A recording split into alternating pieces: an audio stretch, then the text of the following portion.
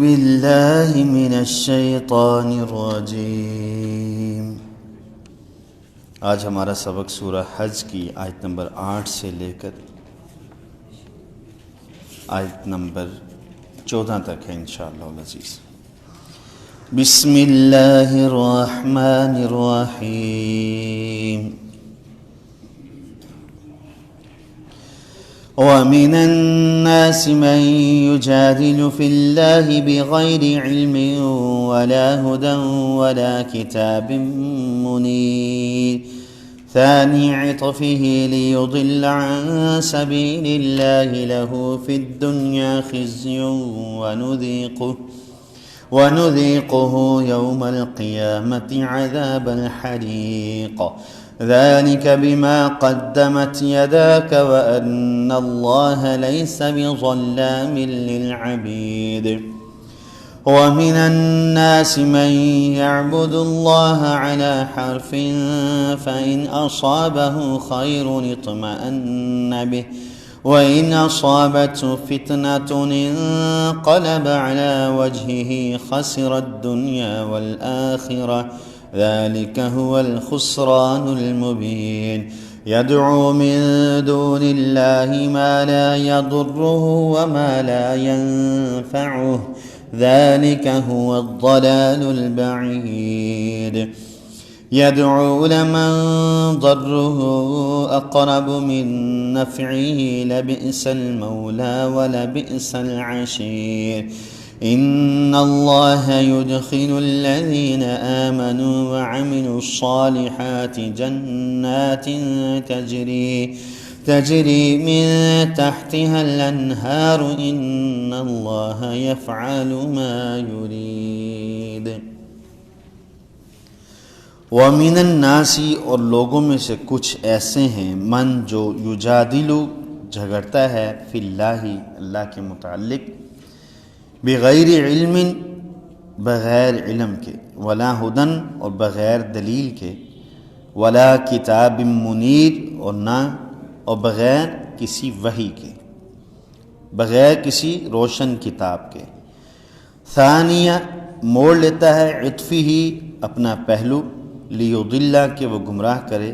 عن سبیل اللہ اللہ کی راہ سے لہو اس کے لیے فی الدنیا دنیا میں خزی رسوائی ہے وَنُذِيقُهُ اور چکھائیں گے ہم اسے یوم القیامت قیامت کے دن عذاب الحریق جلانے والا عذاب۔ ذالک یہ بما اس وجہ سے جو قدمت آگے بھیجا یدا کا تیرے دونوں ہاتھوں نے وَأَنَّ اللَّهَ اور بے شک رب ذوالجلال لیسا نہیں ہے بظلام ظلم کرنے والا للعبید بندوں پر۔ وَمِنَ النَّاسِ اور لوگوں میں سے کوئی ایسا بھی ہے من جو یعبد اللہ عبادت کرتا ہے اللہ کی علی حرف ایک کنارے پر فَإِن تو اگر اصابہ پہنچے اسے خیر بہتری اطمأن مطمئن ہو جاتا ہے بھی اس کے ساتھ وَإِن اور اگر اصابت پہنچے اسے فتنۃ کوئی آزمائش انقلبہ پلٹ جاتا ہے علی وجہہ اپنے چہرے کے بل خاسر الدنیا گھاٹا پایا اس نے دنیا میں والآخرت اور آخرت میں بھی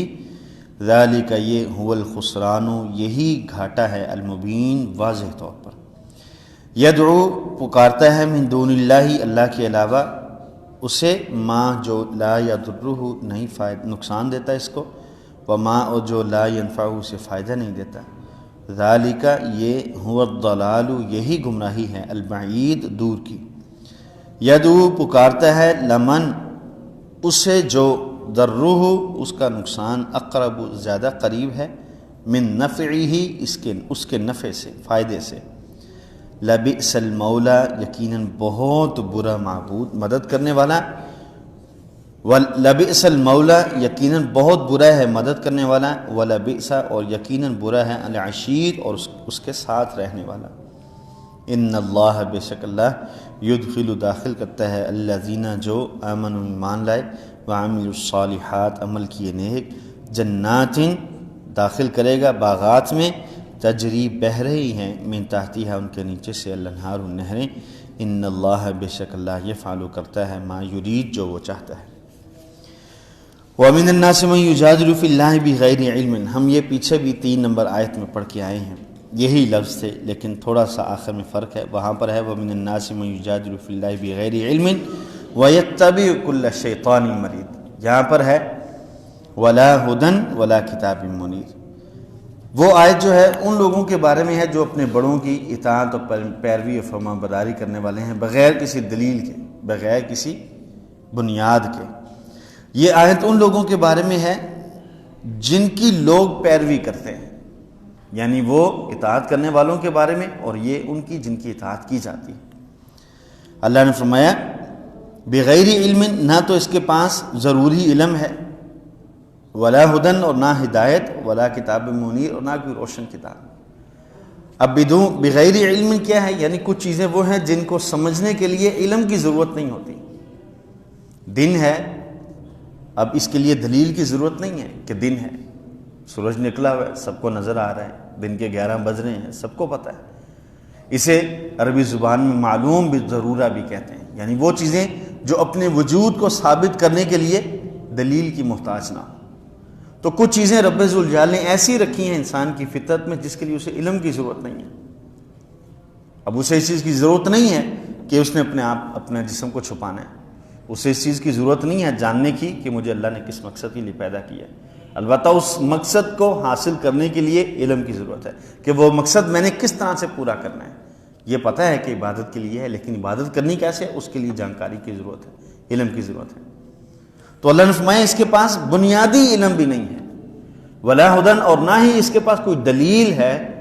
جس کے ذریعے سے یہ اپنی بات کو مضبوط کر سکے، اپنے موقف کو ٹھوس انداز سے پیش کر سکے، ولا کتاب منیر، اور نہ ہی اس کے پاس کوئی ایسی وحی ہے کہ جو اس کو رستہ دکھانے کے لیے اس کے رستے کو روشن کر دے، ایسی کتاب بھی نہیں جو نور دینے والی ہو۔ یعنی مطلق طور پر یہ جاہل انسان ہے۔ ثانی عطفہ لیضل عن سبیل اللہ، اپنے پہلو کو موڑ کر چل پڑتا ہے، اپنے پہلو کو موڑ لیتا ہے۔ عطف کہتے ہیں انسان کے سر کی اس طرف سے لے کر یہاں تک کا جو حصہ ہے، انسان کے سر کا ایک طرف اور وہ بازو سے لے کر انسان کے باٹم تک کی جو حصہ ہے، اس کو عطف کہتے ہیں۔ اور جب کسی کو حق بتایا جائے تو وہ اپنے پہلو کو موڑ کر چلتا ہے، یا دائیں طرف سے اگر کوئی اس کو بتائے گا تو بائیں طرف چل پڑتا ہے، بائیں طرف سے دائیں طرف موڑ لیتا ہے۔ اس لیے اللہ نے فرمایا ثانی عطفہ، یہ اپنے پہلو کو موڑ لیتا ہے، لیضل عن سبیل اللہ، کہ لوگوں کو اللہ کی راہ سے گمراہ کر سکے۔ یعنی اللہ رب العزت اس کا حق پہنچاتا ہے، اللہ رب العزت کی وحی اس تک پہنچتی ہے، لیکن یہ پہلو تہی کر لیتا ہے، اپنا دامن چھڑا لیتا ہے۔ جس طرح اللہ رب العزت نے دوسری جگہوں پر اس طرح اس مضمون کو بہت زیادہ کثرت سے بیان کیا ہے، وَاللَّہ مُسْتَكْبِرًا، تکبر کرتے ہوئے یہ واپس پلٹ جاتا ہے، كَأَن لَّمْ يَسْمَعْهَا، جیسے کہ اس نے اس بات کو، اس وحی کو سنا ہی نہیں۔ لَهُ فِي الدُّنْيَا خِزْيٌ، دنیا میں بھی اس کے لیے رسوائی ہے، دنیا میں بھی اس کے لیے ذلت ہے، کیونکہ جو شخص اللہ رب العزت کے دین سے ہٹ کر کسی اور طریقے سے عزت حاصل کرنا چاہے، اللہ اسے ضرور دنیا میں ذلیل کیا کرتا ہے، کیونکہ عزت جو ہے وہ صرف اسلام کی ہے، اسلام پر چلنے والوں کی ہے، اور اللہ رب العزت کی ہے۔ اللہ رب العزت اس رستے کو چھوڑ کر کسی اور رستے پر چلے گا تو عزت ساری کی ساری دنیا میں ختم ہو جائے گی۔ عمر بن خطاب رضی اللہ عنہ جا رہے تھے، اور شاید ساتھ میں ابو ذر غفاری تھے یا کوئی اور تھا، تو ایک رستے میں پانی آیا کہ لوگوں کو ملنے کے لیے جا رہے تھے، تو سامنے وہ لوگ کھڑے ہیں اور رستے میں پانی ہے، تو عمر رضی اللہ عنہ نے جوتے اتار کر اپنے کندھے پر لٹکا لیے۔ تو وہ کہنے لگا غلام تھا یا ابو ذر غفاری مجھے بھول گیا۔ انہوں نے کہا کہ امیر المومنین کیا کرتے ہیں، سامنے وہ کھڑے ہیں اور آپ نے اپنے جوتے کندھے پر لٹکا لیے۔ عمر رضی اللہ عنہ نے فرمایا کہ ہم جاہل تھے، اللہ نے ہمیں اسلام کے ذریعے سے عزت دی ہے، اور اگر ہم اس کو چھوڑیں گے پھر ہمیں اللہ ذلیل کر دے گا۔ ویسے دنیا کے کسی کام میں ذلت نہیں آنی، ہم اس کو چھوڑیں گے تو پھر ہمیں ذلت۔ اور آج آپ دیکھ لیں 65-70 کے قریب مسلمان ملک ہے، کسی ایک میں بھی اتنا دم نہیں ہے کہ وہ کہے کہ کرونا کے فراڈ کو ہم نہیں مانتے، بھی ہم نے تمہارے سے بیت اللہ کا حج ابھی سے اعلان کر دیا کہ حج نہیں ہوگا، بڑی محدود نشستوں کے اوپر حج کیا جائے گا۔ اور جو عمرہ کر رہے ہیں، اگر آپ اللہ رب العزت ہمیں محفوظ ہی رکھے، نہیں ہونی چاہیے ہمارے گھروں کے اندر کیبل اور یہ ٹی وی وغیرہ، لیکن فیس بک کے اوپر اگر آپ ویڈیوز دیکھیں تو بڑے محدود سے لوگ ہیں، 6-6 فٹ کے اوپر نمازیں اور 6-6 فٹ پر طواف ہو رہے ہیں۔ یہ بھی رب ذوالجلال کی طرف سے ایک عذاب ہے۔ انشاءاللہ رب ذوالجلال ضرور ان کے قبضے سے اپنے گھر کو آزاد کرے گا۔ جو انہوں نے ڈرامے بازی لگا رکھی ہے، رب ذوالجلال انشاءاللہ ان کا بڑا بہترین بندوبست کرنے والا ہے۔ لہو فی الدنیا خزی، دنیا میں بھی ان کے لیے رسوائی ہے، کیونکہ انہوں نے اپنے وہ فیس بک کا جو مالک ہے، کیا نام ہے جس کا، جی برگر، کیا زوکربرگ، وہ کہتے ہیں جی مجھ سے ویکسین خریدیں گے تو پھر پوری دنیا میں آپ سروائیو کر سکیں گے، اگر آپ نہیں لیتے برگر کی ویکسین تو پھر آپ نہیں جی سکتے دنیا میں۔ اور اتنا وہ کہتے ہیں جی ہم آپ کو قید کر دیں گے کہ آپ اپنے ملک کے اندر ایک سٹی سے دوسری سٹی ٹریول نہیں کر سکیں گے۔ آپ اسٹیشن جائیں گے، وہ کہے گا جی ٹکٹ ریزرو کروانی ہے، وہ کہے گا جی کرونا ویکسین کی آپ سرٹیفکیٹ دکھائیں، وہ کہے گا میں نہیں لگوائی، وہ کہے گا معذرت خواہیں جی ہم نہیں آپ کو دے سکتے۔ فیصل موورز پر جائیں گے، اسکائی ویز پر کہ جی میں نے جانا ہے ٹکٹ، وہ کہے گا جی کرونا ویکسین کا وہ سرٹیفکیٹ دکھائیں،